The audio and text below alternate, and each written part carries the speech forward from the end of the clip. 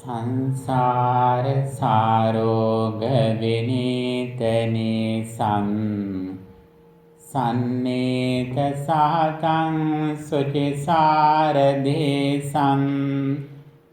සන්දේරකං ස්වන්න තනෝපලාසං සංලාපදේසින් පනමේ විසාසං සංසාවිගං කේවල මෝහනාසං සන්නාහ කන්මාර රණේ විශේෂං සංසේවිතං දාසි මුදාරහාසං සංහාර ධම්මං පනමේ සදාසං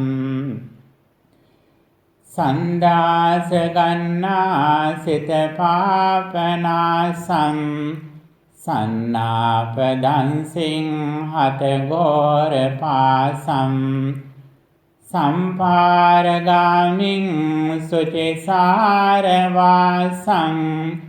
සංවාර සංගං පනමේ රසාසං. Homage to the Buddha, homage to the Dhamma, the teachings of the Buddha, homage to the Sangha, the noble disciples of the Supreme Buddha. Sadhu, sadhu, sadhu. Venerable sirs, monastics, friends in the Dhamma, we have been discussing, practicing and meditating the message of the Buddha for several days. Especially, we are in a retreat, meditation retreat.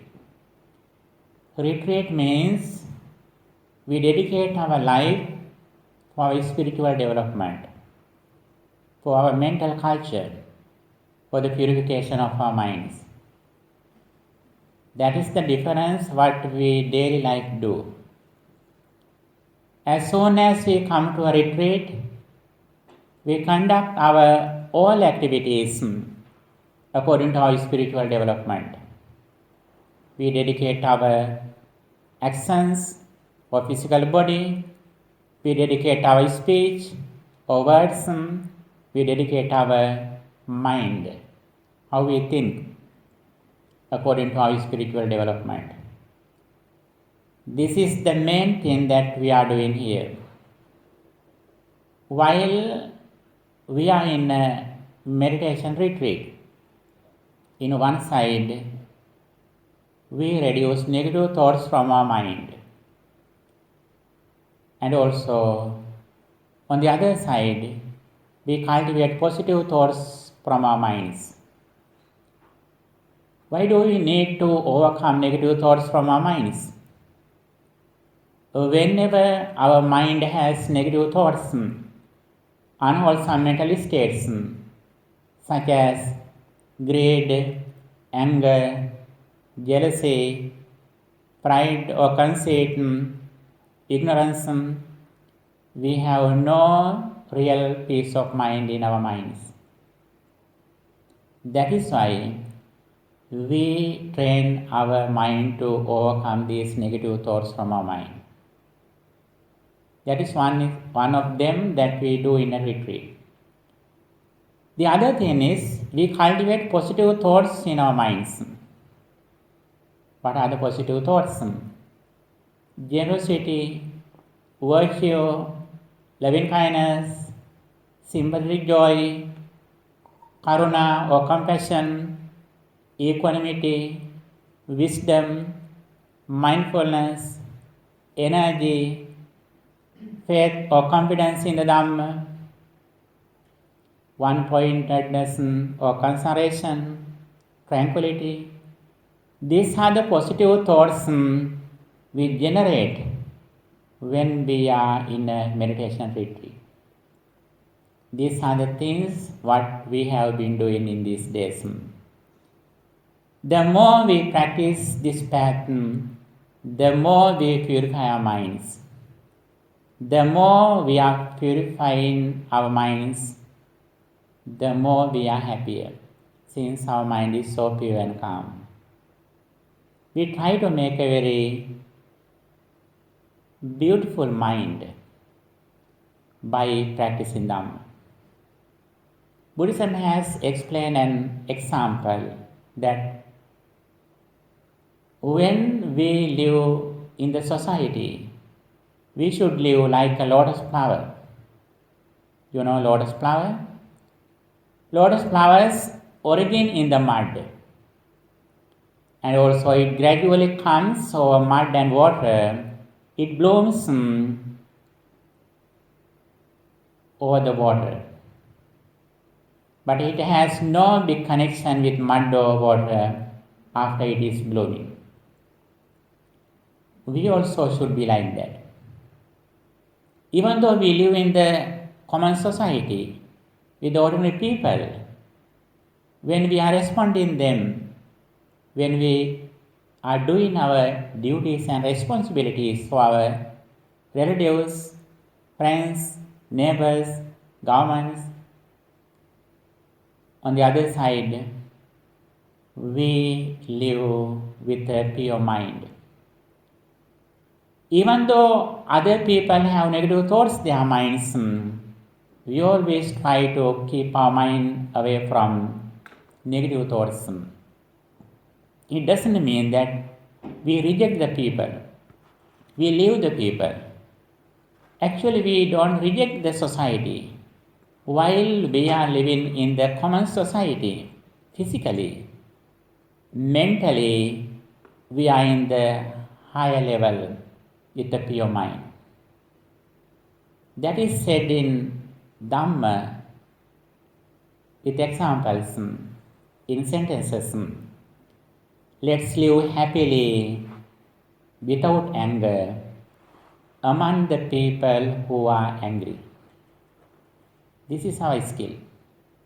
A lot of people in this society, they get angry very soon. But we who know the Dhamma, who practice Dhamma, we don't get angry. Let's live happily without anger among the people who are angry. And also, let's live happily without craving or greed among the people who are angry, who are greedy. That is our skill. And also, let's live happily without ignorance among the people who are ignorant. And also, let's live happily without jealousy among the people who are jealous.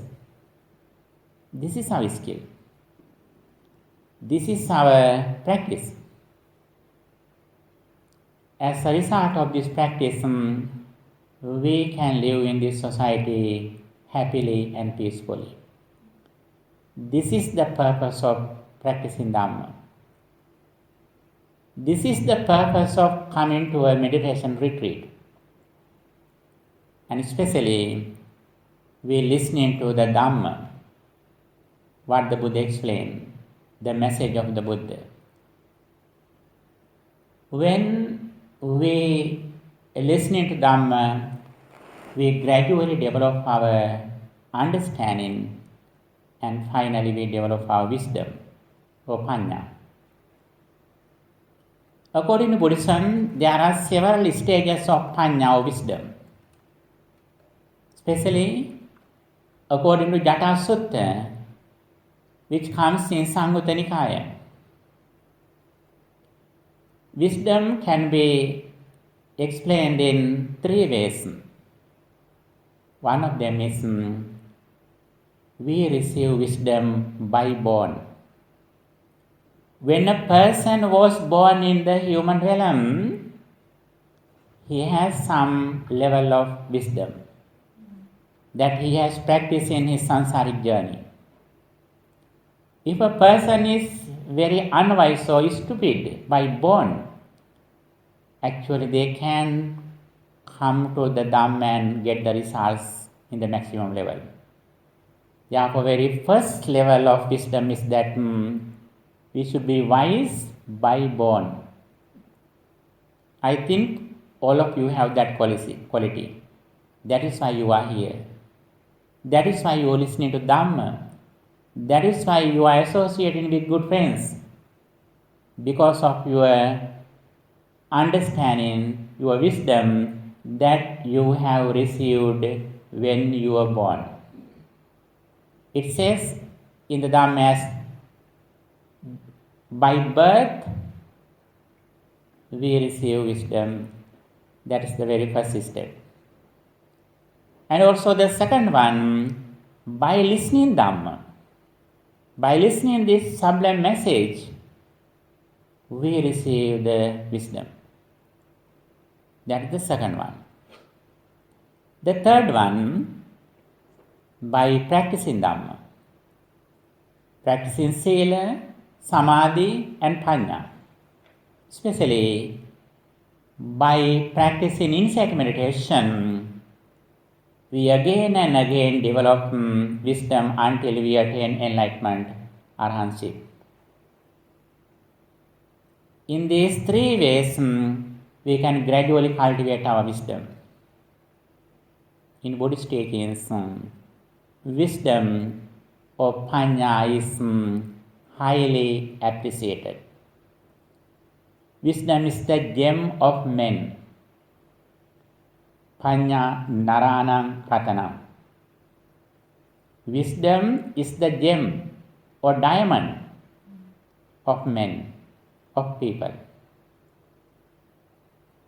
That Panya should be cultivated from the beginning to end until we attain enlightenment.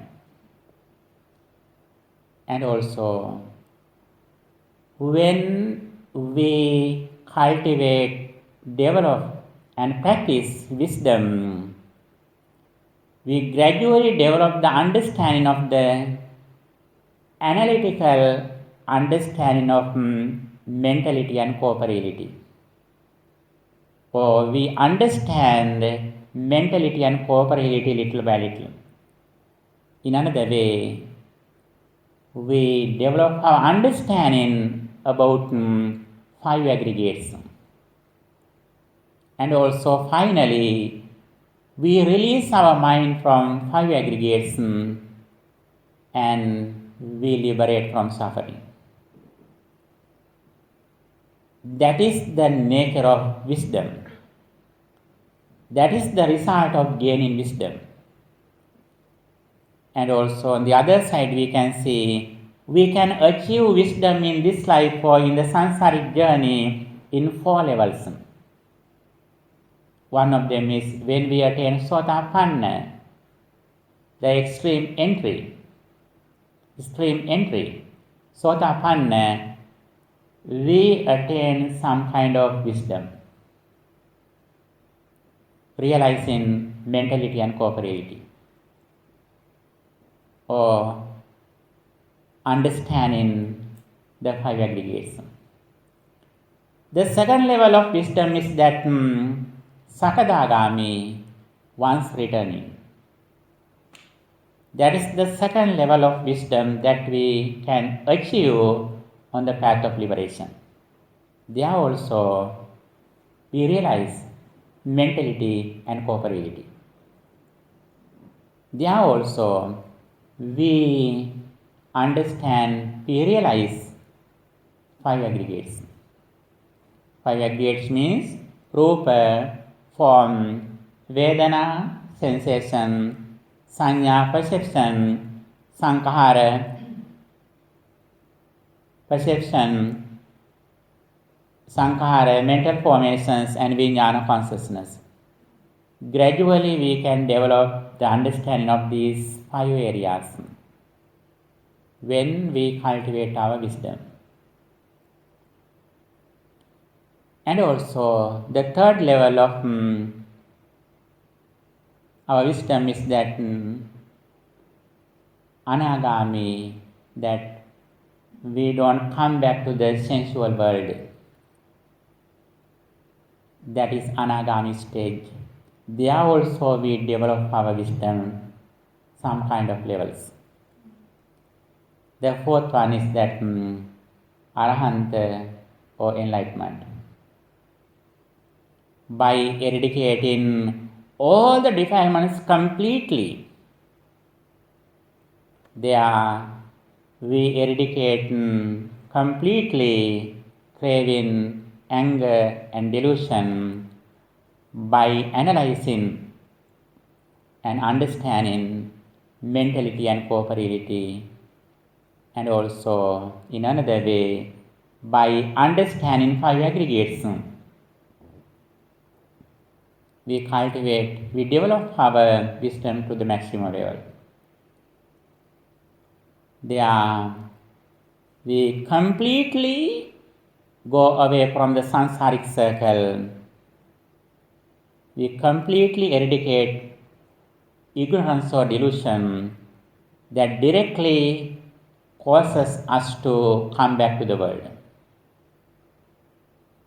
After we achieve the highest wisdom, we attain enlightenment, and also we fulfill wisdom, and also we liberate from suffering. Finally, we come to equanimity. This is the way how we gradually cultivate our wisdom. By birth, we have some kind of wisdom that we have already practiced in our samsaric circle as a spiritual faculty.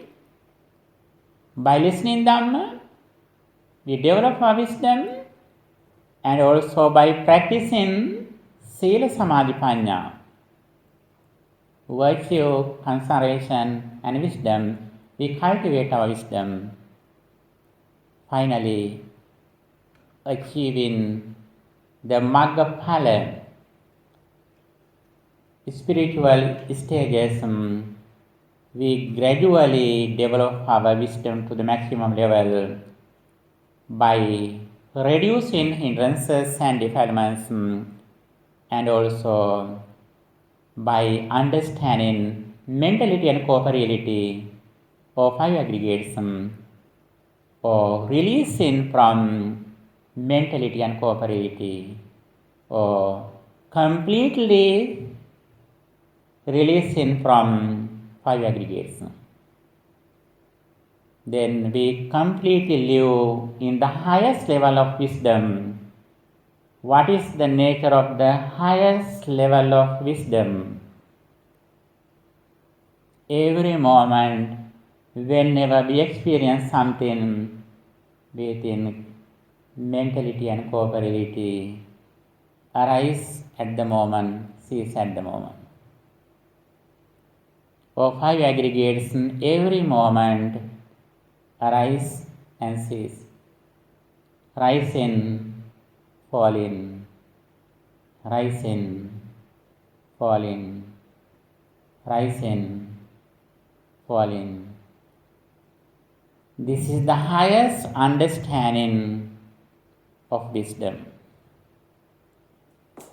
It means our mind doesn't depend on anything in the external world or persons, or even inside mind or mind objects. Here we come to Sunyata Samadhi, Animitta Samadhi, Appanihita Samadhi. These are the results. Here we come to Samadhi or Samatha of emptiness. This is the highest result of Panya. The Buddha says very clearly, suffering comes to the person who is unwise and unmindful. Suffering never comes to the person who is wise and mindful. Suffering definitely comes to the person who is unwise. Suffering never comes to the person who is wise and mindful. That is why we have to cultivate wisdom to the maximum level. And also in our samsaric journey, we have been cultivating this spiritual faculty, wisdom. We should practice 5 spiritual faculties: Saddha or confidence, Virya energy, Sati mindfulness, Samadhi tranquility or concentration, and Panya wisdom. We have been cultivating these 5 spiritual faculties for a long time. Among them, wisdom is very important. Wisdom is like the sunlight.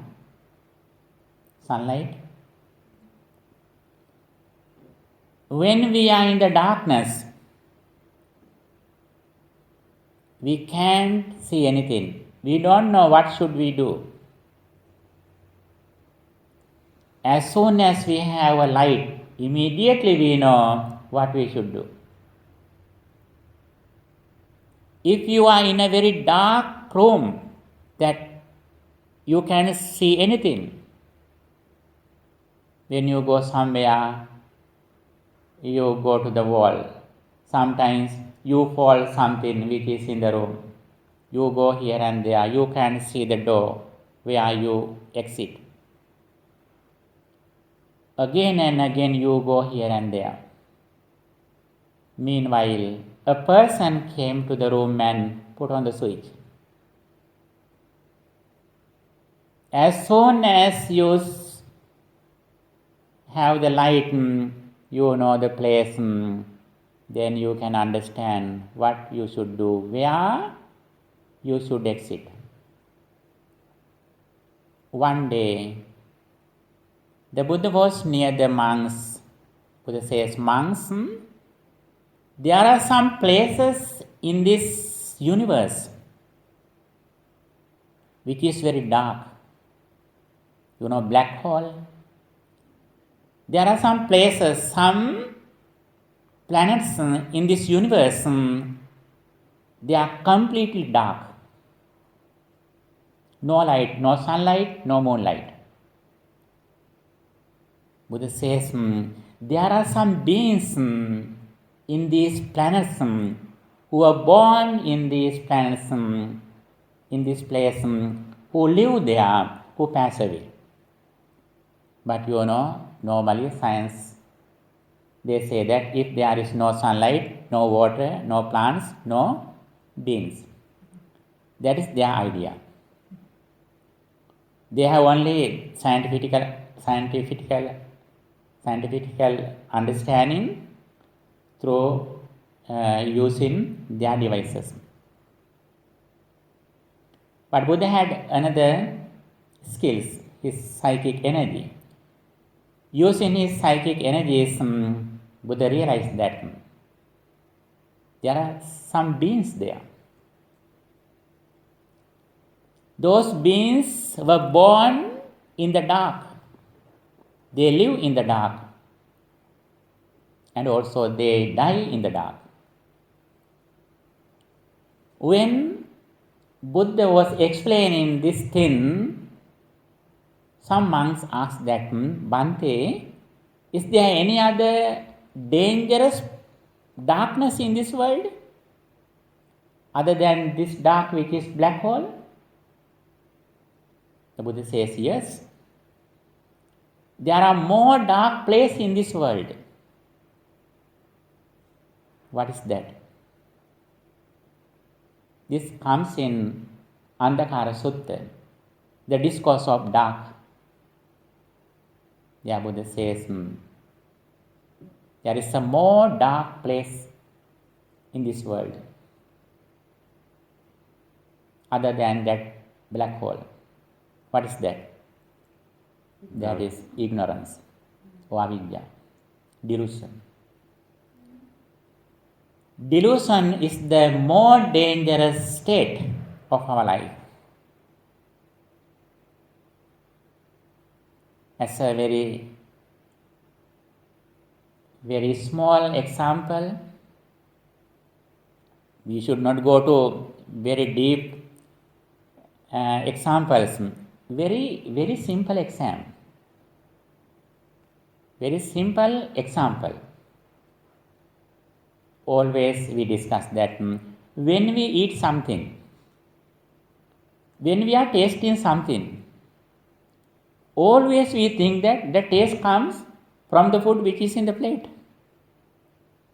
We never think that when we eat something, the taste is in the food which is in the inside mouth. When we eat somewhere, when we are tasting something, always we think that the taste comes from the food which is in the plate. We don't have this simple understanding. How do we know this deep meaning of the Dhamma? That is why Dhamma explains,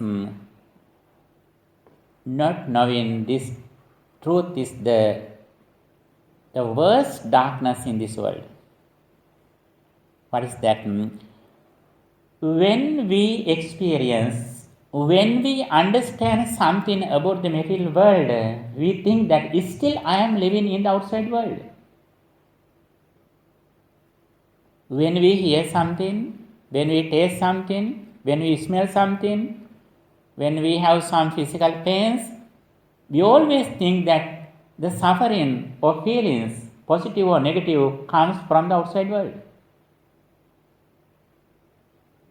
It doesn't mean that there is no outside world. Actually, there is outside world, material world, which consists with the four fundamental elements.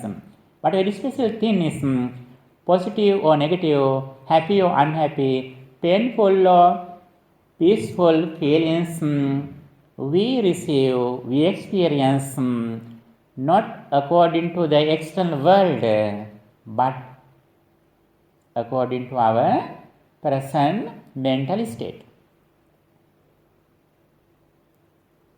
This is the thing what we should understand for our understanding, for our wisdom. By listening to Dhamma, by practicing Dhamma, especially Samatha and Vipassana, we gradually cultivate this wisdom. The more we gain this wisdom, the more we overcome suffering. And also, there is another discourse which comes in 𝒂𝐿𝒶𝓃 ℒ𝒶𝓃 ℒ𝒑𝑚𝑎 Sutta. There is a discourse in 𝒂𝐿𝒶𝓃 ℒ𝒑𝑚𝑎 Sutta. ℒ𝒑𝑚𝑎 Sutta explains that there are four things that directly help us to cultivate our wisdom. Associating with good friends, listening to Dhamma, wise consideration, and practice of Dhamma. These four things directly help us to cultivate our wisdom from the beginning to the end.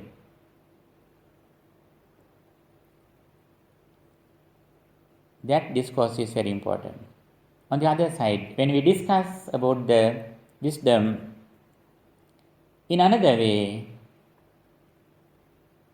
Panya or wisdom is explained in three levels.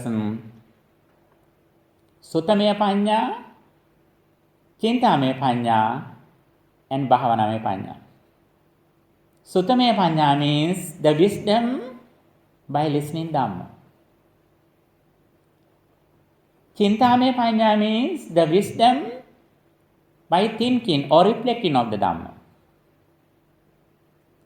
And Bhavanamaya Panya, the wisdom of meditation as Samatha and Vipassana. In these three ways, we gradually cultivate our wisdom. And also, when we practice the Noble Eightfold Path, we develop our wisdom.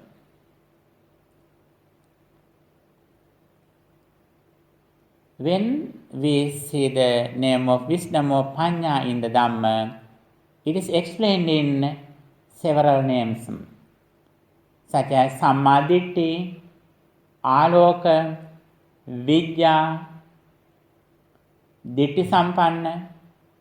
There are several synonyms in Pali language that we can see for wisdom.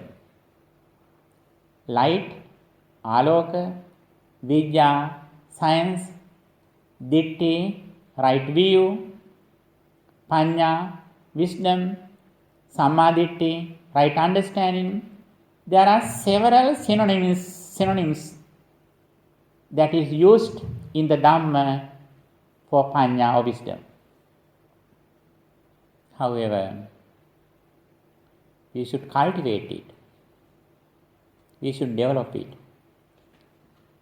Once a person came to Buddha and asked, Bhante, how I gain wisdom?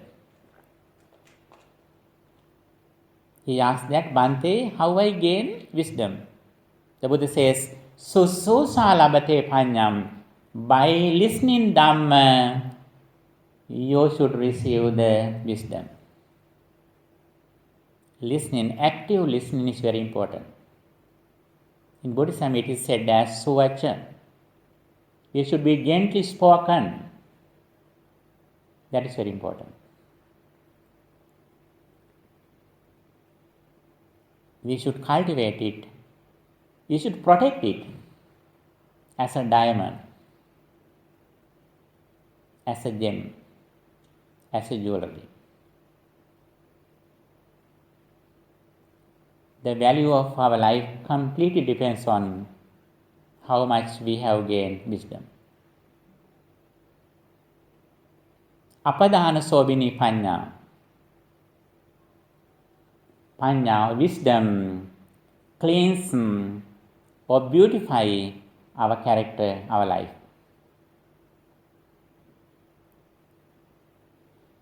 Our life beautifies.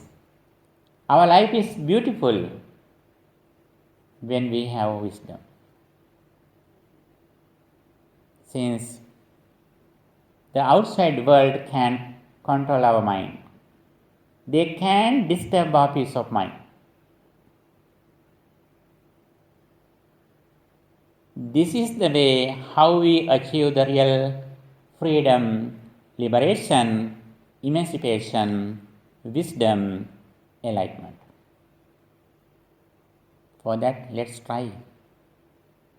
By listening Dhamma, by understanding Dhamma, by practicing Dhamma, day by day, we should cultivate our wisdom. This is a very great opportunity that we receive in order to cultivate our wisdom. We all have received a very blissful life in the human realm. Not only that, we all live in a very peaceful situation, peaceful environment. You are so lucky. You have received a very peaceful country, beautiful country. Sometimes you may think that the weather disturbs me. When you see some snow, sometimes you may think that it disturbs you. Actually, some other people, some other countries, they have only pictures about the snow. They take some pictures and enlarge the pictures and take their pictures on the wall. Looking at snow is their dream. But your dream is in front of your eyes. It is true that it disturbs you, but however, most of people in this world know this life, very beautiful environment. They like it. And also, not only you receive a peaceful country, environment, but you are so fortunate. You have the very sublime message, spiritual message, the Dhamma. Dhamma is the most important thing that we receive. And also Dhamma explains, Panya jivin jivita mahussettam. Living according to Panya, wisdom is great. How we spend a great life? Living according to wisdom is the best thing, most valuable thing in this world. Little by little, in future sermons, we will explain it. If you have any questions later, you can ask it.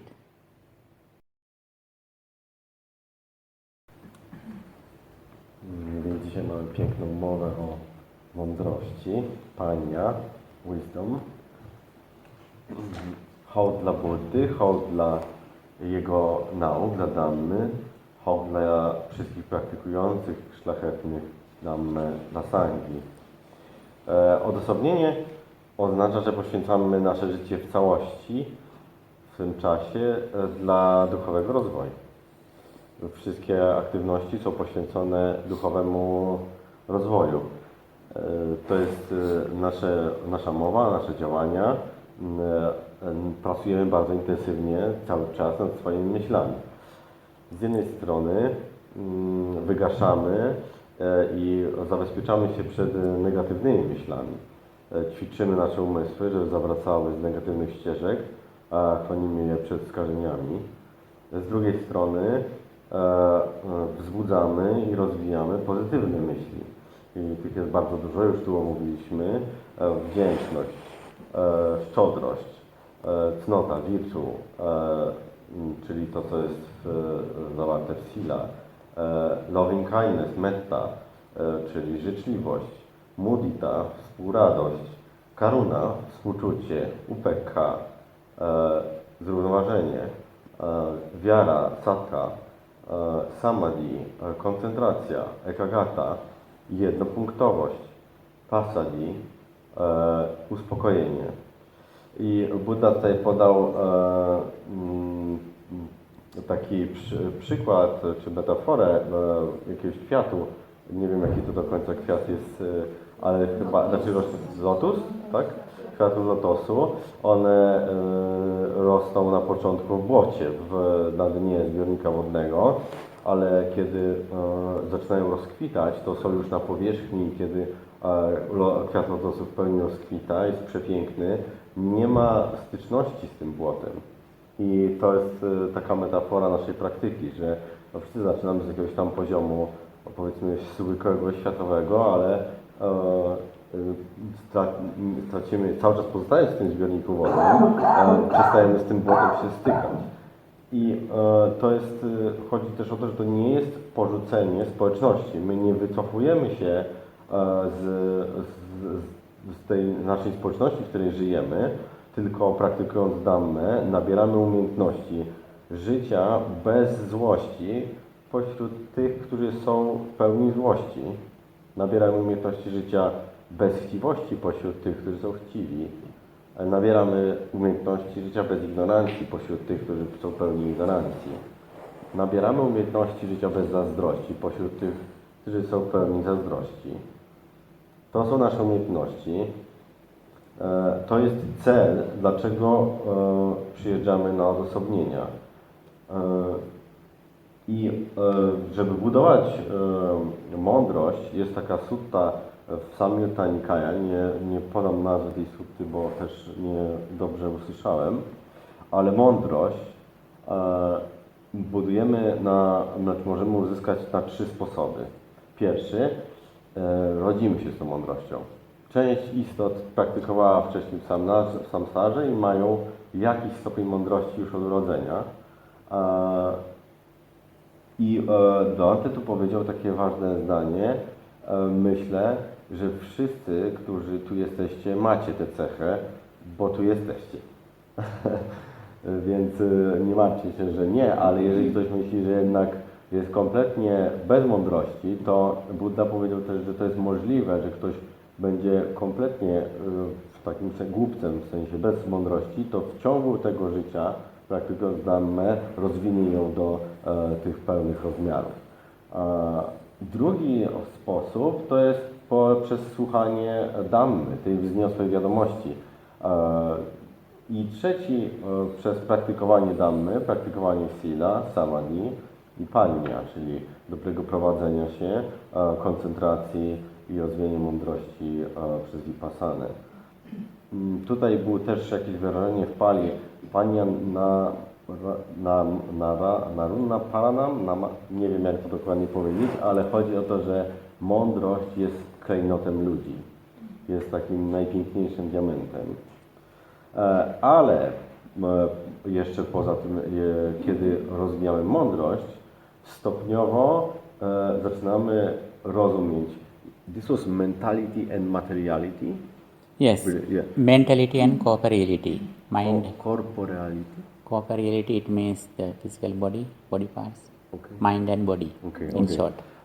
Więc to wiele razy powtórzone stwierdzenie mental and corporeality to jest zespolenie umysłowości, czy mentalność i materialność, która tutaj chodzi o te 5 agregatów, że zaczynamy rozumieć powoli, jak ze sobą w procesie, jakie procesy chodzą między umysłowością a materialnością. Zaczynamy rozumieć 5 składowych rzeczywistości. Rupa, forma materialna, vedana, odczucia, sanya, percepcje, sankara, wytworzenia umysłowe i vijnana, świadomość. Kiedy osiągamy mądrość w tej podróży przez samsarę, możemy osiągnąć 4 takie poziomy. Pierwszy to jest satapanna, wchodzący w strumień.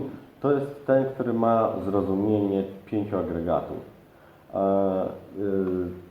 Drugi, sakadagami, raz powracający do świata materialnego, to jest ten, który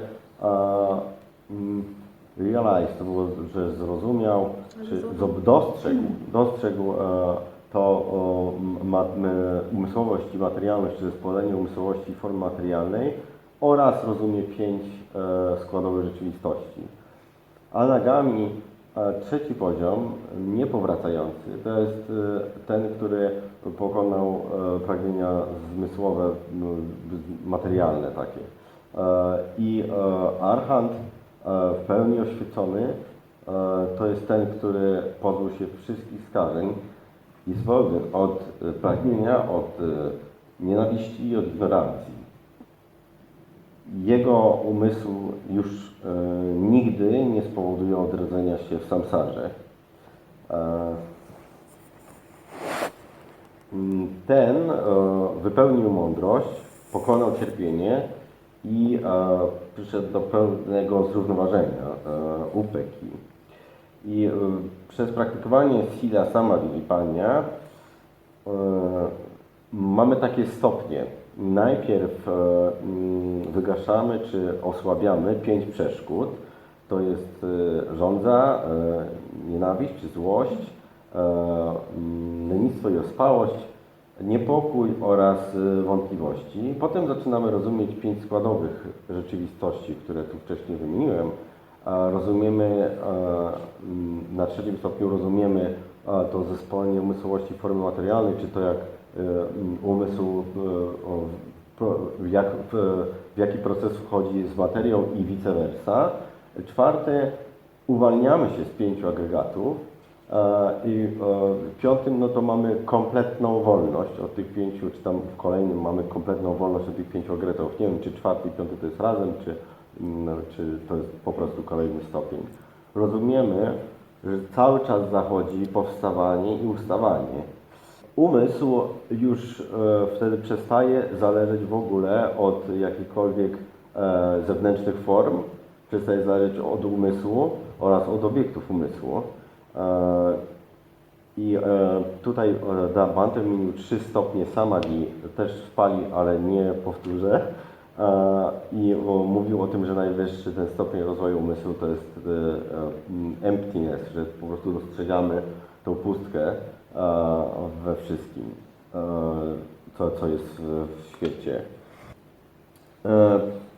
Cierpienie nigdy, Buddha powiedział, cierpienie nigdy nie przychodzi do tego, kto jest mądry i uważny. I praktykujemy w tym celu 5 duchowych zdolności. Sattva to jest ta pewność, Virya, energia, sati, uważność, samadhi, koncentracja i pania, mądrość. Mądrość powoduje, że... mądrość jest jak słońce. Jak słońce natychmiastowo oświeca i wiemy, gdzie jesteśmy.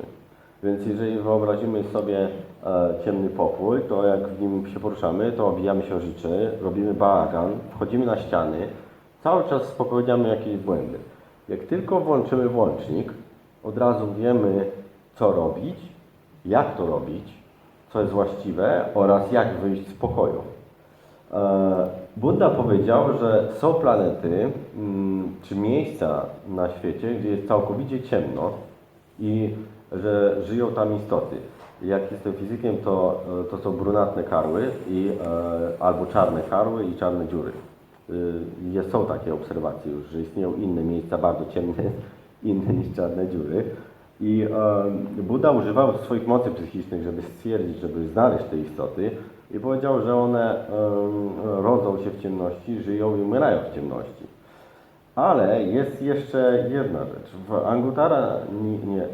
Anguttara Sutta, nie wiem czy dobrze powiedziałem, ale sutta o ciemności, Discourse of the Dark, że jest jeszcze więcej takich ciemnych miejsc w świecie. To są miejsca pełne ignorancji. Bardzo prosty przykład.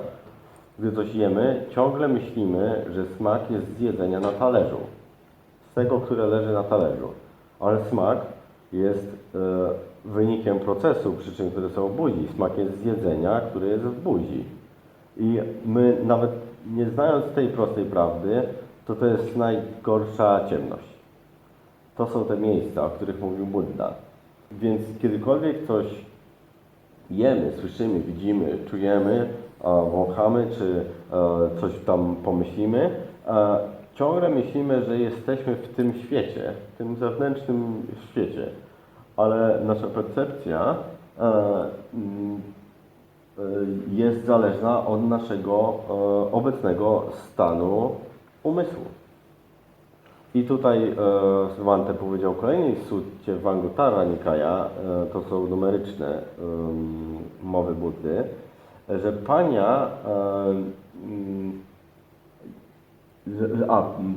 tu też było wyrażenie jakieś w Pali, pania coś tam, suttan, chodzi jakby sutta o mądrości, ale najważniejsze jest to, że żeby rozwijać mądrość, możemy robić 4 rzeczy. Przestawać z dobrymi przyjaciółmi, słuchać Dhammy, mądrze rozważać i praktykować Dhammę. Ale w innych miejscach jest wymienione, żeby rozwijać mądrość, można podsumować to w 3 punktach. Sutta Maya Panya, słuchanie Dhammy, Citta Maya Panya, rozważanie Dhammy, Bhavana Maya Panya. No to rozwijać koncentrację tą taką, czym wygląd medytacji vipassany. Więc można to przedstawiać na wiele sposobów, bo przez praktykowanie 8 jakiejś szlachetnej ścieżki oczywiście też rozwijamy mądrość. I mamy kilka nazw czy synonimicznych terminów w Pali na mądrość. Jeden to jest samadhi, right view, właściwy pogląd, czy właściwe rozumienie. Aloka, światło, vidya, nauka, pania, mądrość. Więc tutaj jest to przedstawiane na wiele różnych sposobów, po to, żeby wsiąkło w umysł. I znowu Bhante przypomina jakąś rozmowę Buddy z uczniem i on zapytał Bhante, how I gain wisdom, jak otrzymam mądrość? A Buddha odpowiedział, przez aktywne słuchanie Dhammy powinieneś nabyć mądrość. Więc rozwijajmy, chrońmy jak najcenniejszy klejnot, jak taki najpiękniejszy brylant, bo nasze życie całkowicie zależy od tego, jak wiele mądrości uzyskamy. Pania działa dwojako, upiększa nasze życie i upiększa nasz charakter. Jeżeli nie zależymy od zewnętrznego świata, nasz umysł pozostaje nieporuszony względem tych zaburzeń, czy tego, co dzieje się w świecie wobec nas. I tutaj z tego powodu, Bhante powiedział, powinniśmy ćwiczyć, aby osiągnąć to emancypację, ja nie wiem jak to powiedzieć po polsku, czy dokładnie, wyzwolenie, oświecenie, nibbanę. Z tego powodu słuchajmy, mądrze rozważajmy, dokonujmy refleksji na temat Dhammy i praktykujmy. Żyjemy w pięknym kraju, przepięknym. Większość ludzi na świecie widzi śnieg tylko na zdjęciach i marzą o nim i sobie wstawiają zdjęcie śniegu gdzieś na ścianie. Nas może on trochę rozplasać, ale tak naprawdę można powiedzieć, że nikt nie ma takiego śniegu. Żyjemy w bardzo, bardzo spokojnym kraju. Mamy tutaj, poza tym, że mamy spokój, doskonałe warunki, to mamy jeszcze tą wzniosłą wiadomość Dhammy. I życie zgodnie z mądrością jest po prostu wspaniałe. Więc pomalutku trenujmy, praktykujmy, czytajmy, słuchajmy i rozwijajmy tą mądrość. Have you any Dhamma question? Czy są jakieś pytania związane z Dhammą? I have a question. Yes, please. Some teachers teach that if we would like to understand fully anicca, dukkha, anatta, first we need to abandon 5 hindrances, which means we should experience jhana, and then when our mind is pure, we can contemplate on anicca, dukkha, anatta and fully understand it.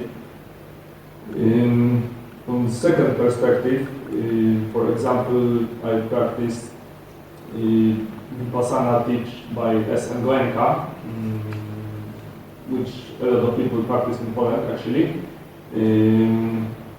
They said that jhana is not necessary and they focus straight on Vipassana bhavana. So can you please say something from your perspective on insight meditation? Okay, that is a good question. There are several ways how we can attain enlightenment or wisdom. One of them is, as I mentioned earlier, samatha pubbangama vipassana. As a gradual path, firstly we listen to Dhamma and we come to sila, samadhi and panya. We practice sila or moral conduct, discipline in our speech and behavior. Then we concentrate our mind using some samatha meditation techniques such as metta bhavana, dhatu manasikara. There are several meditation techniques in Buddhism that help us to attain concentration or attain jhana. Having first jhana, second jhana, third jhana or fourth jhana, they can reflect on impermanence as insight meditation. Reducing hindrances, as you mentioned, reducing hindrances completely, they can purify their mind from ignorance by using insight meditation. That is not only one way, that is one of the ways. That is the thing that mostly Buddha has explained. You know, the Buddha met usually the ordinary audience, the common audience. There, the Buddha explained the gradual path, step by step. Dhamma savana, sila, samadhi, panya or sammaditthi, samma sankappa. Finally, samma samadhi, samahito bhikkhu yatha bhutam pajanati. When mind gains concentration, they see the reality as it is, reflecting on 3 characteristics, anicca, dukkha, anatta. That is one of the ways. There is another way which is vipassana pubbangama samatha. When Buddha met some very gifted persons, very wise persons, Buddha directly explained the deep meaning of the Dhamma. For example, when Buddha met Bahya Daruchirya, There was a person named 𝒮𝓃 He came to the Buddha. He met the Buddha on the way when Buddha was begging food. 𝒮𝓃 asked the Buddha, Bhante, please explain some kind of Dhammas for me in short. Then Buddha says, 𝒮𝓃, this is the time that I am begging food. This is not the time for the sermons, for the preaching Dhamma. Then again 𝒮𝓃 asks, Bhante, please explain the Dhamma in short. Then again Buddha says, 𝒮𝓃, this is not the time for sermons, for Dhamma desana, this is time for my begging food. Then again he asks, Bhante, please explain Dhamma in very short, I can understand. Then Buddha explained the Dhamma in very short. Ditte dittamatam bhavisati, sutta suttamatam bhavisati, so on. 𝒮𝓃, if you see something, reflect on that, that is just seeing. If you are listening to something, that is just listening. That's it. So on, Buddha explained this message in very short. Immediately, he could attain enlightenment. He became Arahant. He came to the Dhamma based on insight meditation. That is Vipassana Pubbangama Samatha. If a person is very wise and gifted, if he can understand the deep meaning of the Dhamma by reflecting on impermanence as insight meditation, he can come to the Dhamma, he can come to concentration through insight meditation.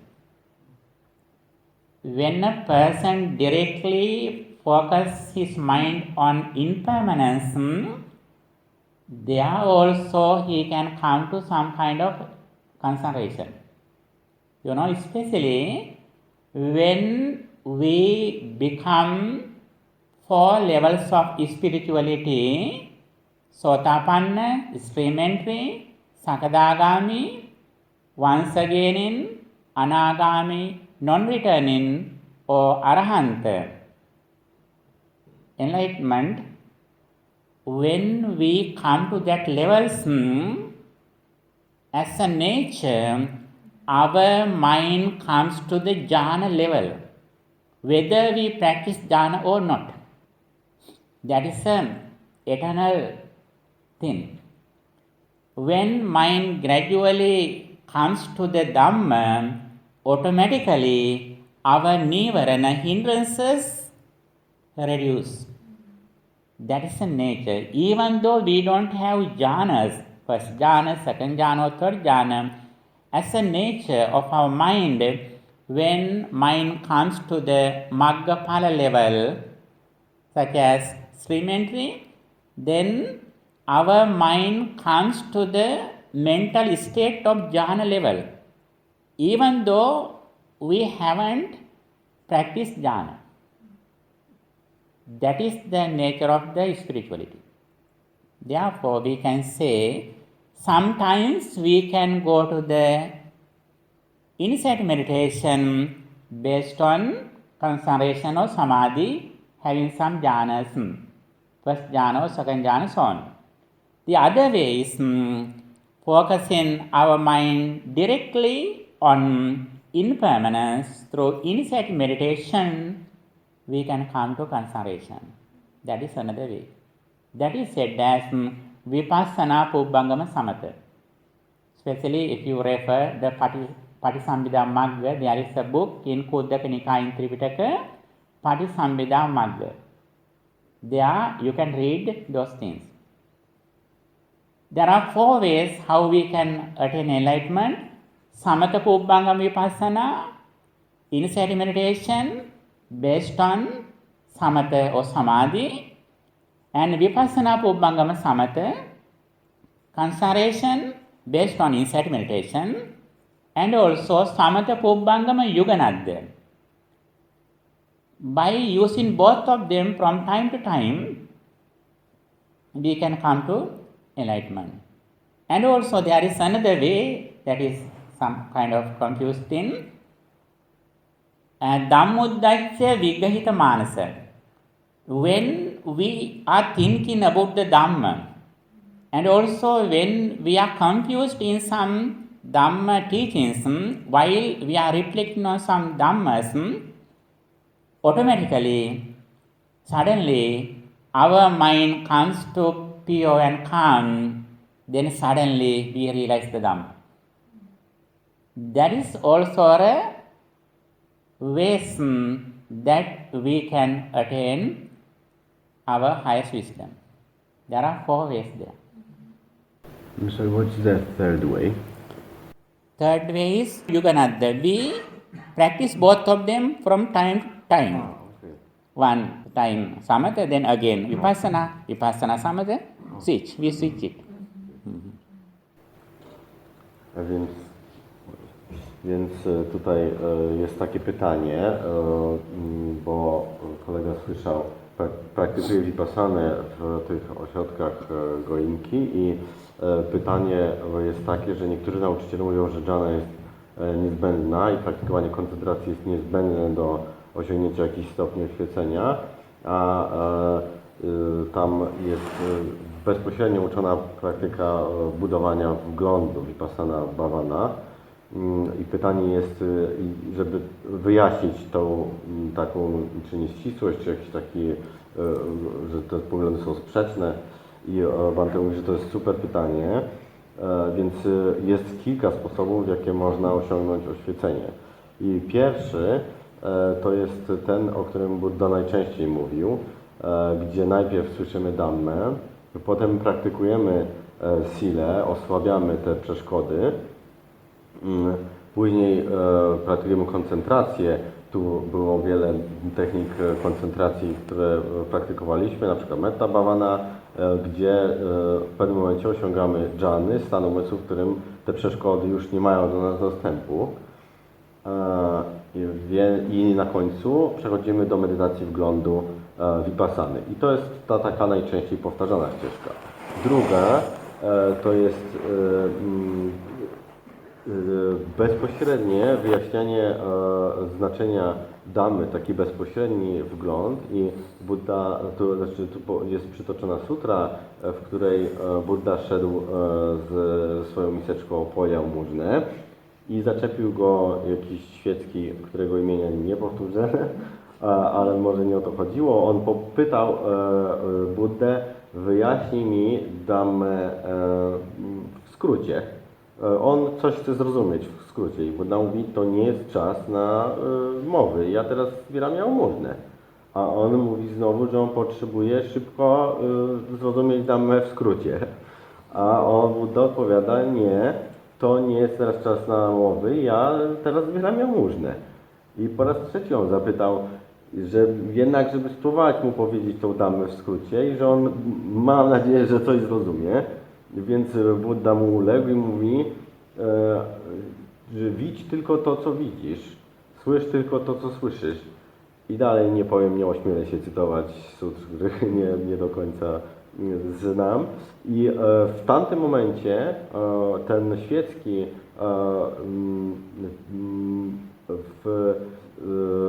przez taką refleksję na tych słowach Buddy, refleksję na temat nietrwałości, stał się arhantem.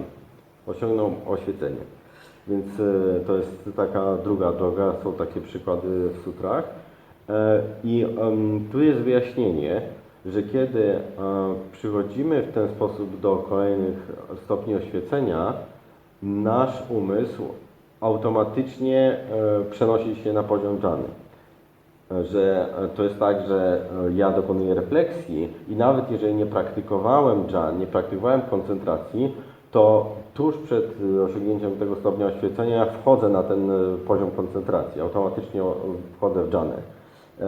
I tutaj Bhante jeszcze raz wymienił te 4 poziomy oświecenia, sotapanna, wejście w strumień, sakadagami, raz powracający anagami, nie powracający i arhant oświecony. I na końcu jeszcze, żeby to uściślić, Bhante podał w zasadzie 4 sposoby, w jakie osiąga się ten stopień oświecenia czy oświecenie. Pierwszy to jest praktykowanie, tak jak na początku mówiłem, że najpierw stopniowo sila, później praktykujemy koncentrację, osiągamy pierwszą, drugą, trzecią, czwartą dżanę, którąś z nich, stamtąd przechodzimy do vipassany i w pewnym momencie zachodzi, osiągamy ten jakiś stopień oświecenia przez refleksję na temat nietrwałości. Drugi to jest bezpośrednia medytacja vipassany, czy bezpośrednie praktykowanie refleksji na temat nietrwałości. Trzeci to jest czasem tak, czasem tak. Czasem praktykuję koncentrację i przechodzę do vipassany, czasem bezpośrednio przechodzę do vipassany, że to jest taki miks tych pierwszych dwóch.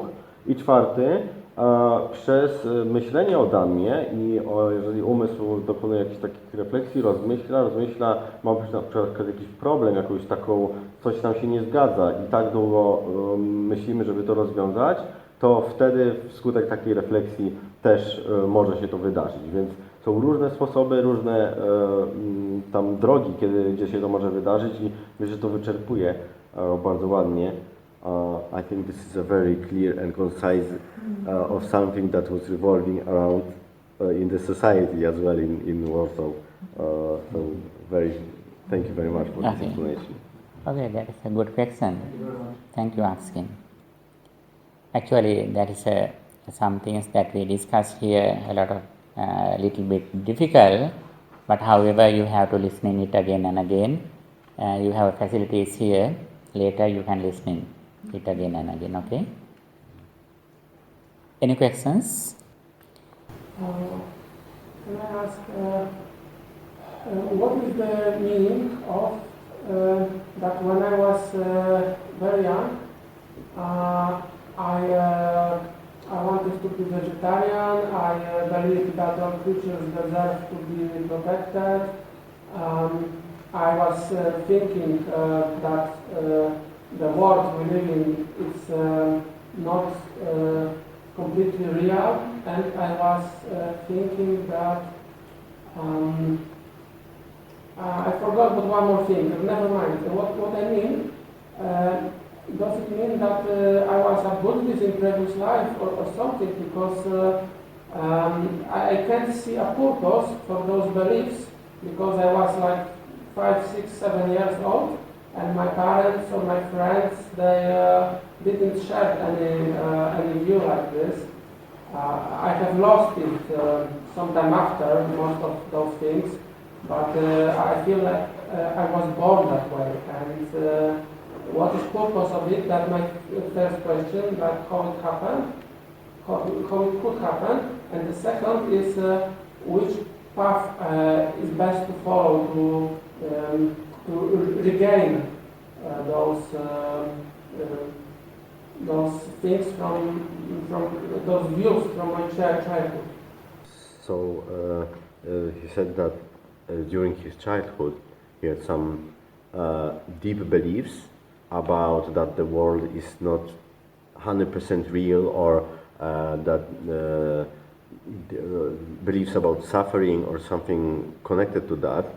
I also didn't understand fully, but let's say there are like deep beliefs in the early childhood, like at the age of 5 or so, and he thinks, does it mean I was a Buddhist before because none of my siblings or parents or friends shared that views, and he was kind of alone with something that was present in his mind from the very beginning, and as time passed, these views like it passed away, but now he asks how to regain that perhaps wisdom from the childhood. Yes, actually that's a good question, very practicable question. And that is the nature of our samsaric journey. That is why we mostly do a aspiration as Buddhism when we do a meritorious act. End of all meritorious act, we have a wish, we have an aspiration that imina punya kammena mame bala samagamo. By the power of this meritorious act, I have only good friends, Dhamma friends, until I attain enlightenment. No foolish. That is an aspiration or wish, hope, that we do all the meritorious deeds that we do. Actually, in our childhood, most of us have the same experience. Not only in the Europe or West, even Eastern countries, even we born in a Buddhist country, we also have the same experience. In our very young childhood, even though our elders are Buddhism, sometimes they don't have very good understanding about the Dhamma. They have some misbehavior sometimes. They don't encourage us to practice Dhamma. But gradually we grow, then we come to the Dhamma with the association of good friends. Actually, even though we couldn't come to the Dhamma in our very young childhood, now we have received the Dhamma because of our good karma. Because of the results of our good karma, already we have received. But sometimes we have seen that in very young childhood, some people, some children meet the Dhamma, but they are very lazy. For a long time, they don't practice Dhamma. But there are some people in very young childhood, they didn't meet the Dhamma. In their young age, they meet the Dhamma, they immediately come to the Dhamma and practice. They get the result. In this situation, the most important thing, no matter whether we receive the Dhamma in very young, very little life or young age or elder life, the main thing is how much we reach the real Dhamma and how much we dedicate to the Dhamma and how much we practice Dhamma. That's the most important thing. And also, the other thing is, Dhamma always explains that not only we should practice Dhamma, but we should help other people for their practice, if they are ready to listen to what we say. Dhamma message is like the counseling. If someone needs counseling, we can give them. If someone doesn't like for counseling, we can give the counseling by post for clients. They should be ready to listen to what we say. If not, we can't help them. When we live in this world, if someone is ready to hear us, then we can share our Dhamma understanding. While we are practicing generosity, we should encourage other people for generosity. When we practice virtue or sila, we should encourage others for their virtuous life. While we are practicing samatha, we should encourage other people for samatha, concentration. While we are practicing insight meditation, we should try to help others for their insight meditation if they are ready to listen to us. If a person practices dana, sila, samadhi, vipassana, he is a good person. While he is practicing Dhamma, he guides other people, he is a better person. He is the best. Therefore, we should decide whether we should good or better or best. If they don't like, if we can encourage them by giving some money, that is also good. In Buddha's time, sometimes you may heard that there was a millionaire named 𝒮𝓃. He was a person who is Sotapanna. But his son was not interested in learning Dhamma. Then the father, the millionaire 𝒮𝓃, says his son, my son, if you go to the Buddha and listen to a sermon, I will give you 1,000. Then he went. He went, and until the end of the sermon, he listening. He came back. Immediately, father gave 1,000 money. Again, the father, Anathapindika says, my son, again please go to the temple and meet the Buddha, listening to Dhamma. Not only listening, you should remember. And when you come back, you should tell me to everything what you heard. Then I will give 1,000. Then again he went. And now he is very serious. Now he is listening to Dhamma very carefully. Now he need to remember everything. While he was listening to Dhamma, he attained Sotapanna, stream entry. He came back home. Did he receive money? Did he want money? No, he says, my father, I don't need money. I am okay. In that way, we can help some people. Even sometimes your children, if they don't like, you can give a good book or good article for them. My son, my daughter, if you read this book, I will give you 100. Sometimes you can give 1,000. It's okay. You can tell my son, if you read this book until end, I will give you 100. Okay? Article or book. If you listen to this sermon, I will give you 50. In this way, you can encourage them. There are a lot of examples in the Buddhist history. That is the way how we can help others. If we give some food, that is beneficial for several days, 2 or 3 days. If you give a cloth, that is beneficial for several years. If you give a job for someone, that is beneficial until he will retire. If you give a house for a person, it is beneficial until he will die. But if you help a person with the Dhamma, it is beneficial for their entire life. Not only that, they can immediately attain the peaceful life, overcoming suffering. Even though your children, your siblings, your parents are well educated or rich, they can't overcome suffering. When someone blames them, they immediately get upset. They are unhappy. They are suffering. That is why practicing Dhamma is more important. That is why we should encourage them for the Dhamma. Dhamma doesn't belong to any religious person. Dhamma belongs to the person who is seeking inner peace.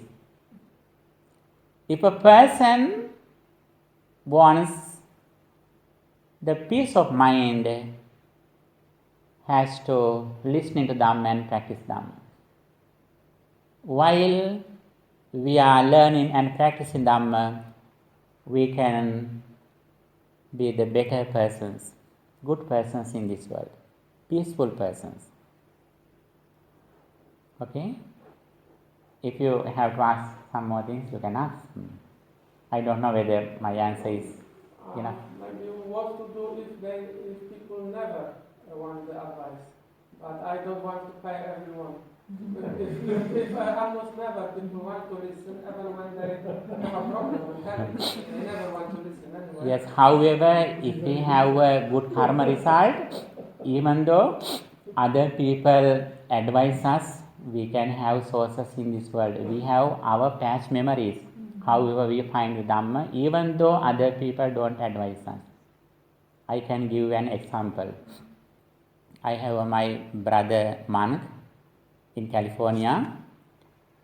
Last days, he met another one who is a neighbor in the same place, and the other person now was a meditation master. when he was at the age of 8, one day he went to a shop with his father. When he went to the shop, he saw a Buddha's image like this in the shop. He didn't know who this is, and he wanted to buy this statue. He told his father, "My father, please give me this statue, I like it." But father didn't like it. He cried again and again, "My father, I need. He was crying. Then finally father had to buy it and give him. He came to home with the statue, and also he searched who this is. Finally he understood the name, the Buddha. Now that person is more than 65 years old. This incident was in his young age. On those days we have no internet, no Wi-Fi, no Google facilities. Then, however, he searched this name and he found some books about the name Buddha, and he learned Buddhism by himself. No any teacher. The other thing is, he understood the Buddha, Dhamma and Sangha. He know who the Sangha is, but physically he didn't see a monk until he became 60. But he studied Dhamma by himself, by reading books, with various ways he studied Dhamma. Not only he studied Dhamma, he became a meditation master. But he didn't see a Buddhist monk. Very recently, after his 60, when he came to that area where is my friend was, and he knew that there is a monk here, then he came to meet that monk. The very interesting thing. That monk, my friend, he was ordained at the age of 15. Now he also the same age, more than 65, and my friend says that my neighbor, who is a meditation master, he knows Dhamma than me. But he met a monk after his 60 years. If we have previous experience in our mind, however, we receive the message, no matter others help or not. This is a very true story that I heard from my friend. Yes, I think all of them can understand it very easily. If you like. Rozumiał? Nie tłumaczyć? Tłumaczyć. They want the translation. Okay, sorry. Więc tutaj kolega miał przekonania, jakieś głęboko poglądy zbieżne z buddyjskimi w dzieciństwie i chciał się dowiedzieć, jak wrócić do tej mądrości, tak w skrócie już mówiąc. Więc Bhante tu podał przykłady, że zdarza się, że ktoś w poprzednich życiach na przykład miał jakiś bardzo zasłużny czyn, który powoduje, że, czy w ogóle, nie wiem, czy to, że tak powinniśmy czynić też, że będziemy mieli dobrych przyjaciół związanych z Dhammą, aż przez całą samsarę, aż osiągniemy oświecenie. I nigdy nie wiadomo, jakie są przyczyny czegoś takiego, ale teraz jest, zdarza się też tak, że ktoś na przykład w młodym wieku spotyka się z Dhammą, ale jest zbyt leniwy i nie zaczyna praktyki, albo ktoś wręcz przeciwnie, od razu zaczyna praktykować i tak naprawdę to, co ma tutaj znaczenie, to jest ilość praktyki. Więc odpowiedź na to pytanie w największym skrócie to jest, żeby praktykować, to wtedy ta mądrość sama wróci, bo ona już gdzieś tam jest. Ona jest gdzieś tam wcześniej i nie należy się zniechęcać. Bardzo ważne jest, co Bhante wymienił, żeby radzić innym, być dla nich pomocą, w kontekście Dhammy. I jeżeli nie chcą z nami do czynienia osobiście, to na przykład jakoś tam zdalnie, mailowo, czy w inny sposób. Jeżeli nie chcą w ogóle nic z tym zrobić, to nie da im się pomóc. Ale to jest dalej dobra karma z naszej strony. Jest intencja, jest działanie, więc powinniśmy zachęcać ludzi do szczodrości, do praktykowania 5 wskazań, czyli całego życia, do praktykowania koncentracji, dana, sila, sama, vipassana. Więc nawet można kogoś zachęcać, na przykład dzieci, dając im pieniądze. Więc historia sutr Anathapindika, czy jakiś taki wchodzący w strumień, Sotapanna, który jego syn nie był zainteresowany Dhammą, ale on był bardzo bogaty i mówi: dam ci 1000, jak pójdziesz na kazanie. No i on poszedł na kazanie, wrócił. Znowu ojciec mówi: dam ci 1000, jak pójdziesz na kazanie, ale teraz idź i zapamiętaj, co tam było. No i ten syn zachęcony pieniędzmi, i to teraz będę naprawdę serio, wysłuchał całego tego kazania i wszedł w strumień. Więc wrócił do domu, ojciec: no jak tam, coś wiesz, tego masz tu 1000, a on mówi: nie, tata nie potrzebuje pieniędzy, wszystko dobrze. Więc rzeczy są takie jak jedzenie, praca czy dom są użyteczną darem w naszym życiu, ale Dhamma to jest coś, co pozostaje z ludźmi na całą resztę samsary, więc to jest najwyższy dar, który możemy komuś dać. Nie jest zarezerwowana dla nikogo, należy do tego, kto najwięcej praktykuje, kto szuka spokoju. No i tutaj Bhante też opowiedział historię swojego brata mnicha z Kalifornii, który ma przyjaciela, mistrza medytacji.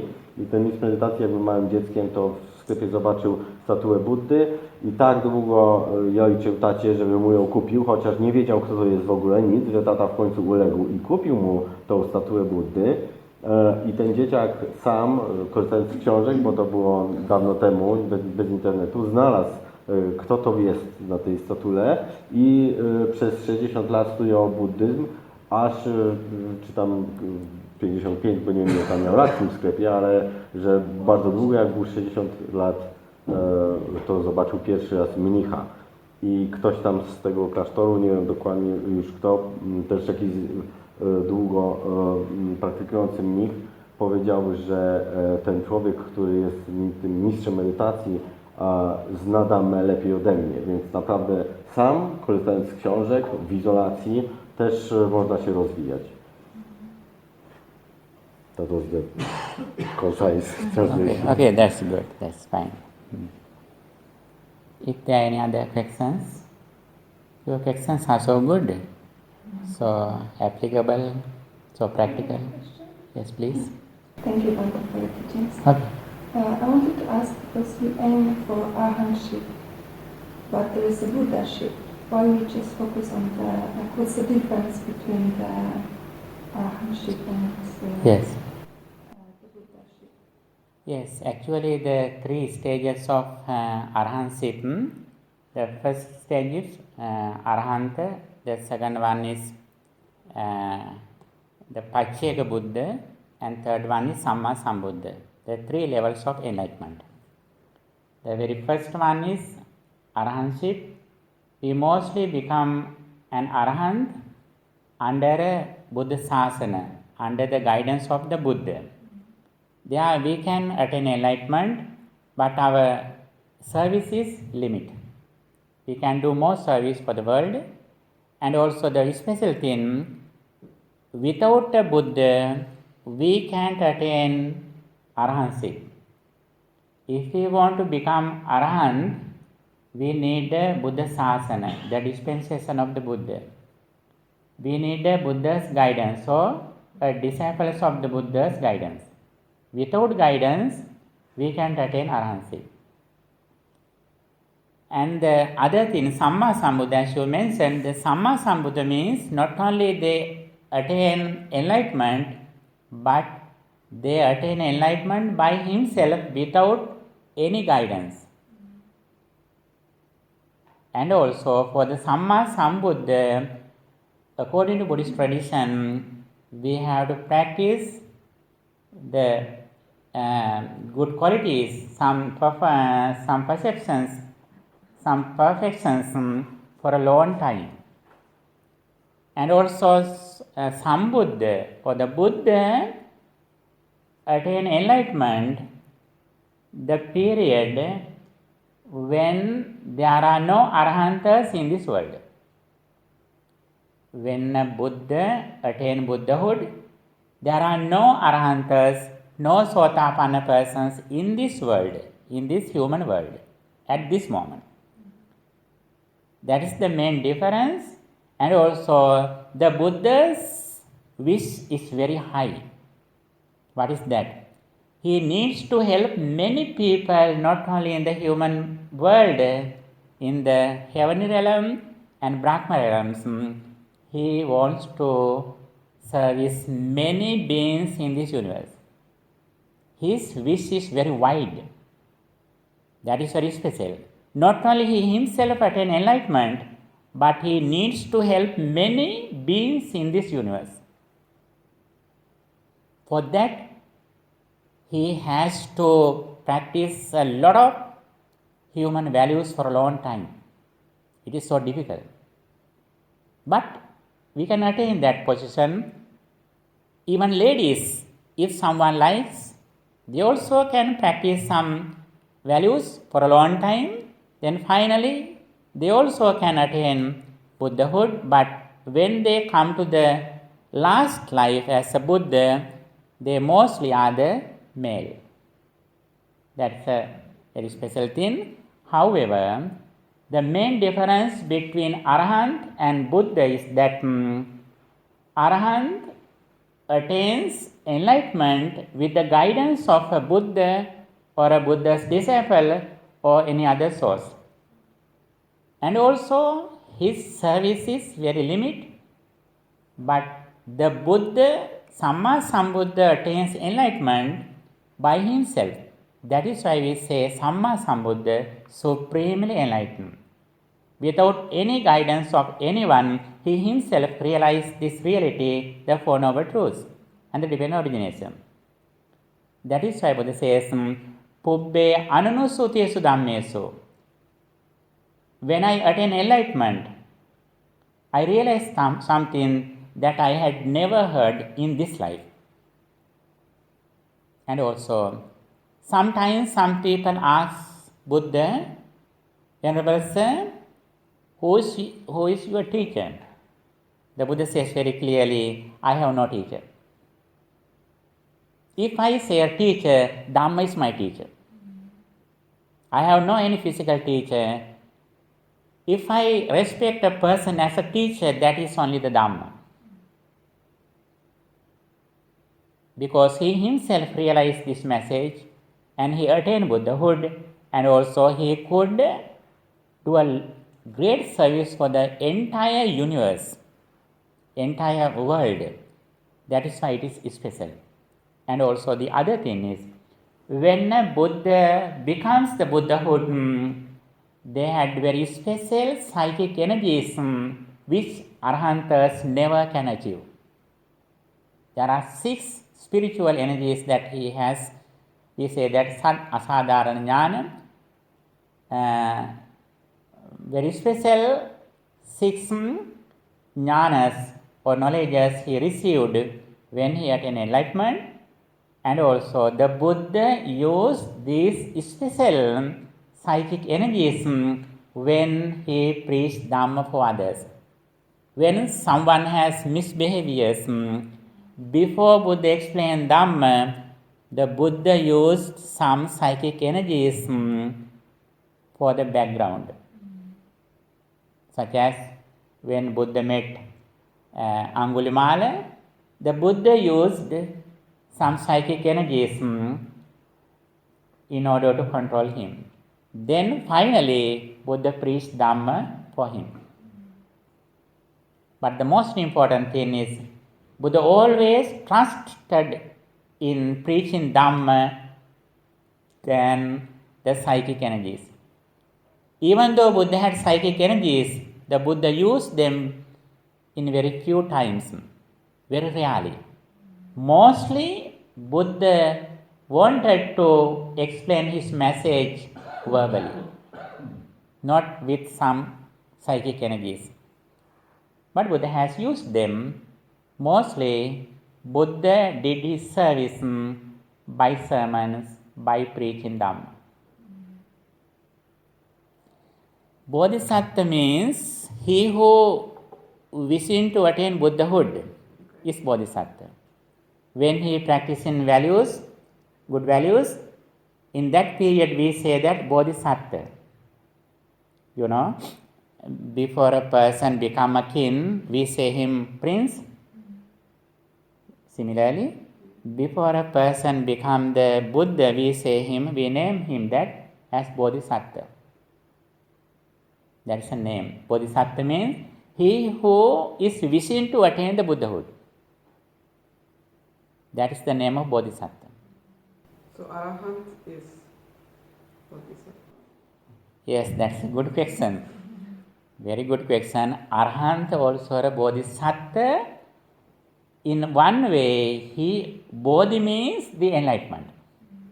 There are 3 levels of enlightenment: Arahanta, 𝒶𝓃 Buddha and Samma Sambuddha.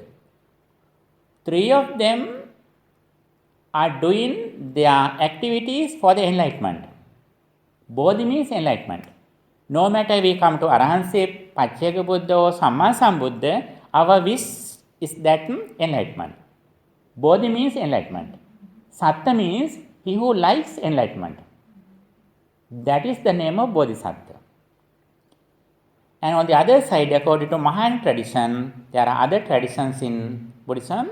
Sometimes they may say that all are Bodhisattvas, and also Arahantship is not a permanent solution for our liberation. That is just a temporary solution. But again, they also one day become the Buddhahood.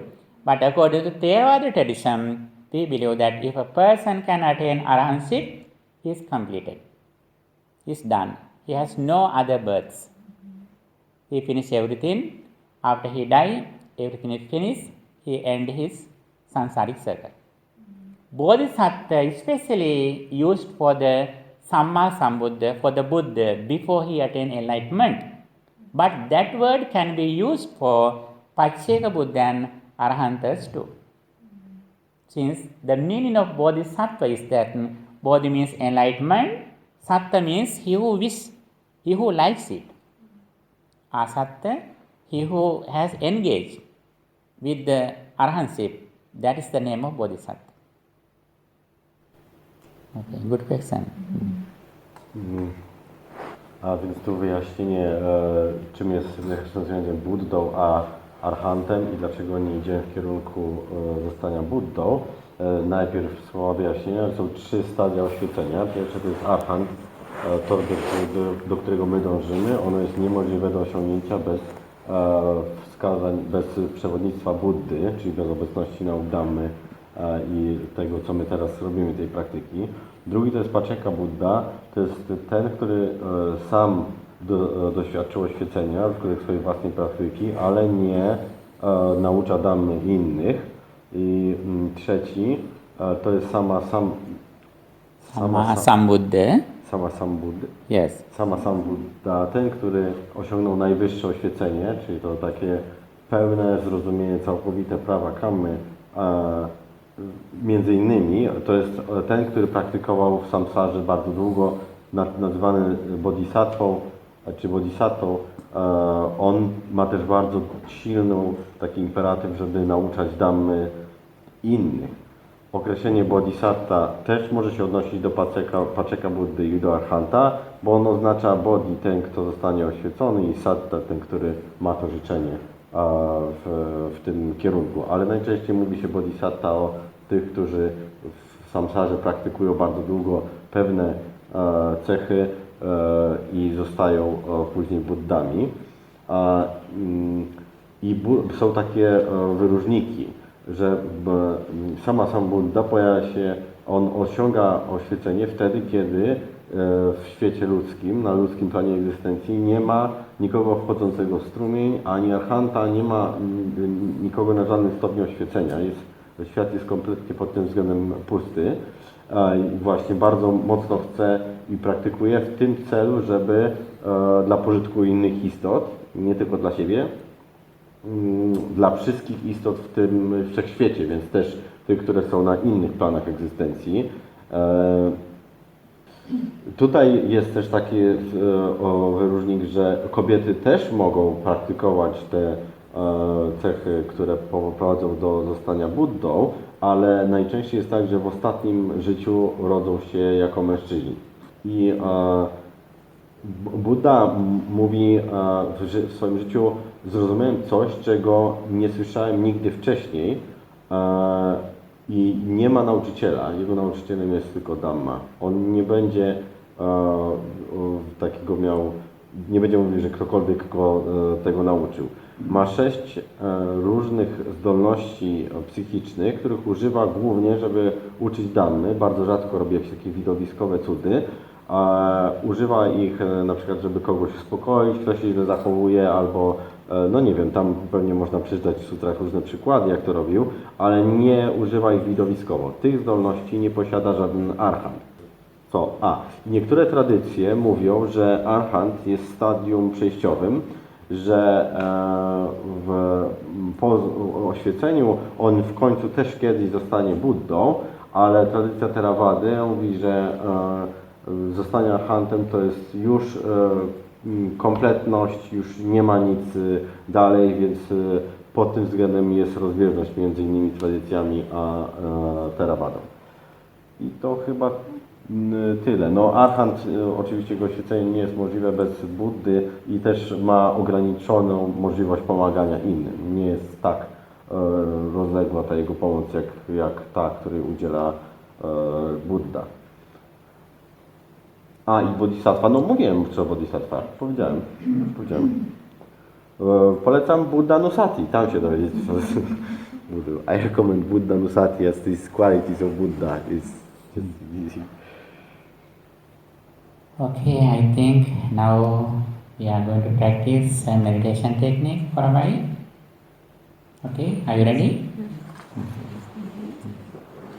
Let's practice meditation. Sitting meditation. Teraz będziemy praktykować medytację.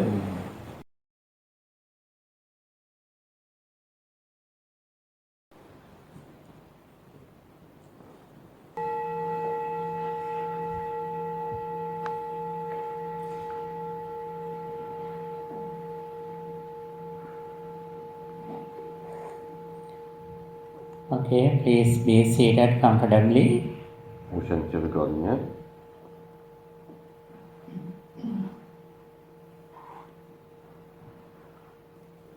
Relax your body, please. Rozluźnijcie ciało.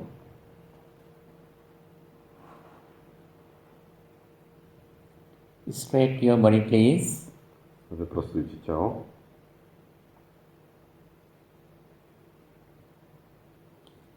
And keep your right hand on the left hand, please.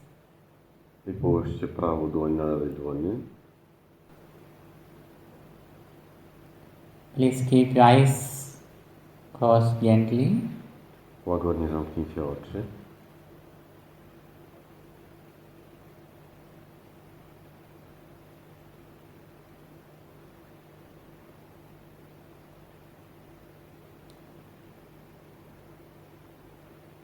Be aware of your body, please.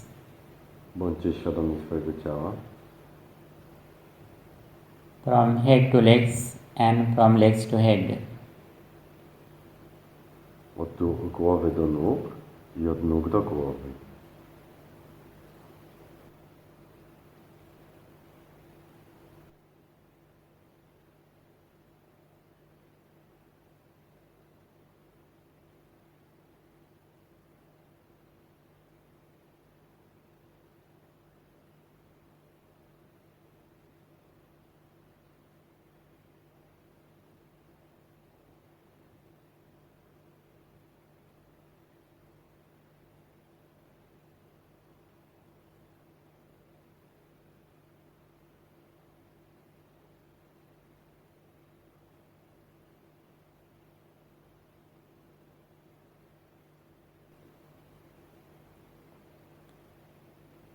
Next, please keep your attention around the nose or upper lip or nostril.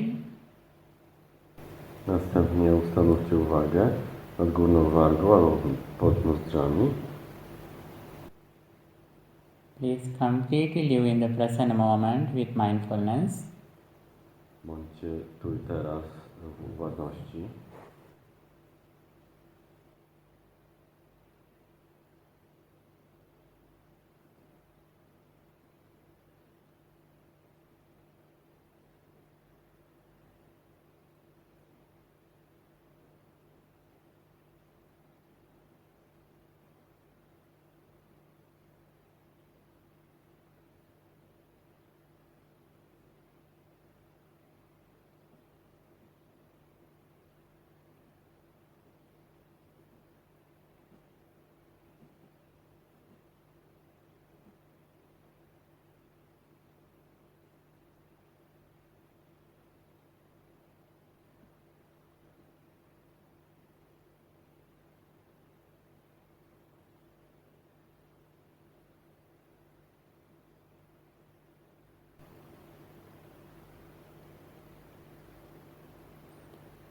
At the same time, now I am going to practice Metta Bhavana, loving kindness meditation. I w tym samym czasie będę praktykował metta bhavana, medytację kochającej dobroci. I focus on all the beings in this world, human, animals, and other beings, visible and invisible, small, medium or large, living near or far, who are born and who are wishing to birth. I focus all the beings in this universe. Skupiam uwagę na wszystkich istotach w tym wszechświecie, na ludziach, zwierzętach i innych istotach, na dużych i małych, i na tych, które są urodzone i tych, które czekają, żeby się urodzić. Skupiam uwagę na wszystkich istotach. Focusing all of them, now I am going to spread my metta feelings for everyone. I skupiając się na ich wszystkich, teraz będę rozsyłał mettę dla wszystkich. May all beings in the world be well, happy and peaceful. Aby wszystkie istoty na świecie miały się dobrze, były szczęśliwe i spokojne.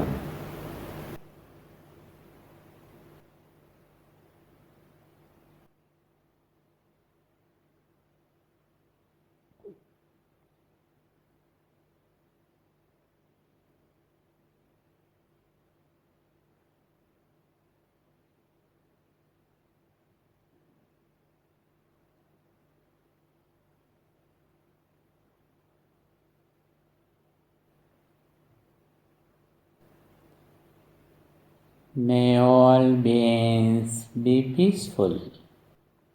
Aby wszystkie istoty były spokojne.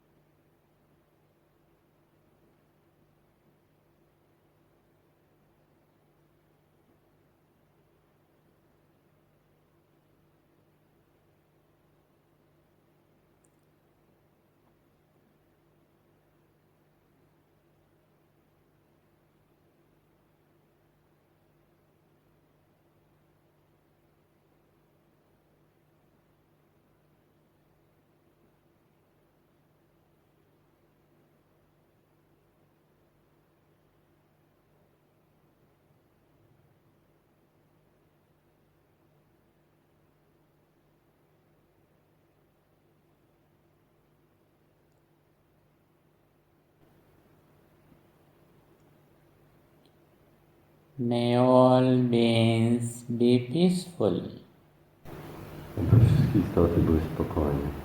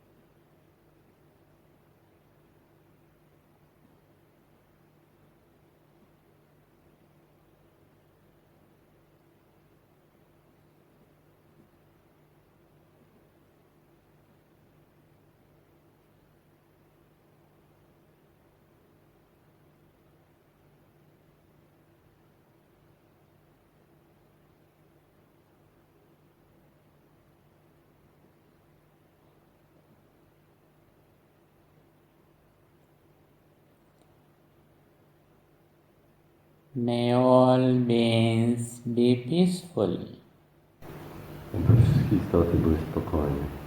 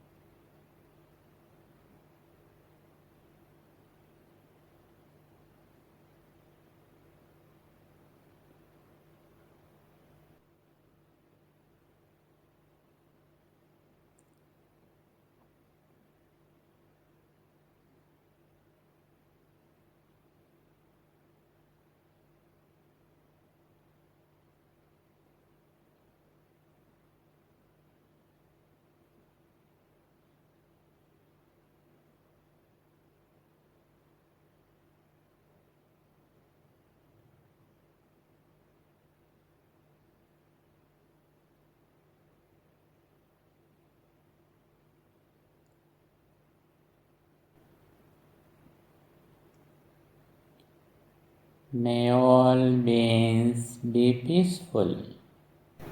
Aby wszystkie istoty były spokojne.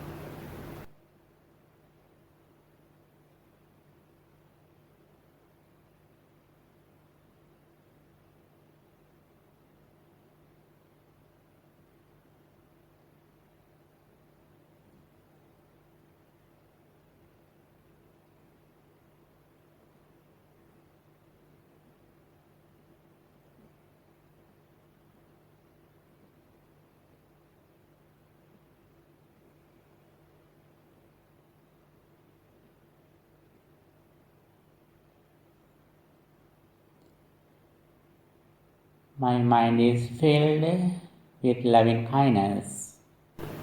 Mój umysł jest wypełniony życzliwością. I am friendly with everyone in this world. Życzę wszystkiego najlepszego istotom, wszystkim istotom w tym świecie. My mind is very peaceful and calm based on loving kindness. Mój umysł jest spokojny, bazując na życzliwości.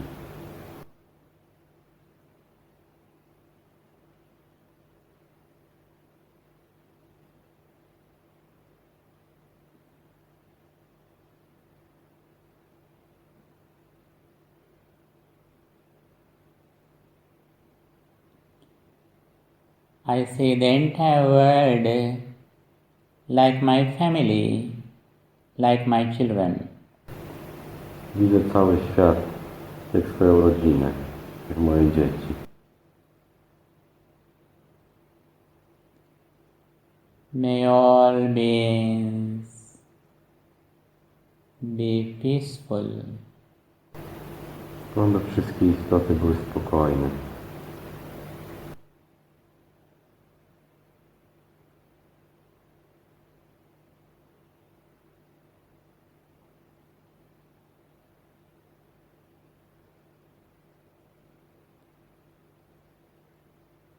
May all beings be peaceful.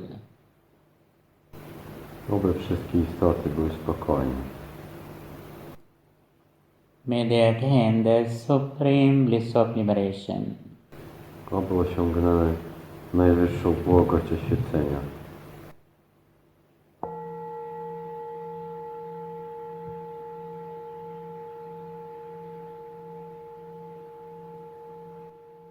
Sadhu, sadhu, sadhu. Okay, dear friends in the Dhamma, at this moment we are listening to Dhamma and we practice Dhamma and also we discuss the Dhamma by the power of this spirituality that we accrue through these activities.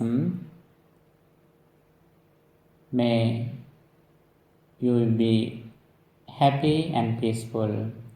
May all your spiritual and educational goals meet with success. Finally, may all of us attain the supreme bliss of liberation. Sadhu, sadhu, sadhu. Dukkham pantāca nirdukkhaṃ, bhayam pantāca nirbhayam, sokam pantāca nissokam, hontu sabbe pipānino.